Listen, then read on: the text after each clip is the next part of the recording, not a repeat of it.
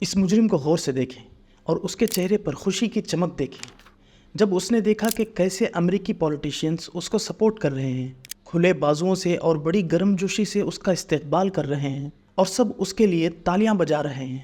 سبحان اللہ، اللہ ہمیں سورۃ المطففین میں ٹھیک ایسا ہی یاد دلاتا ہے، بالکل ایسا ہی کہ جب ظالم کفار مومنوں پر ہنسا کرتے تھے۔ فرمایا ان الذین اجرموا کانوا من الذین آمنوا یضحکون،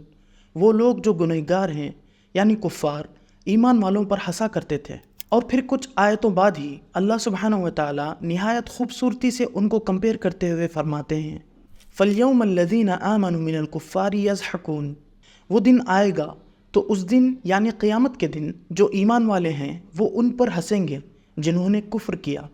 جنہوں نے ظلم کیا اور ناحق قتل کیا۔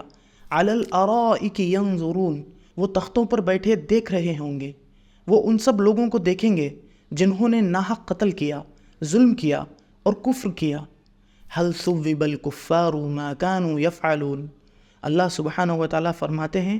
کہ اب ان منکروں کو ان کے عملوں کا پورا پورا بدلہ مل گیا۔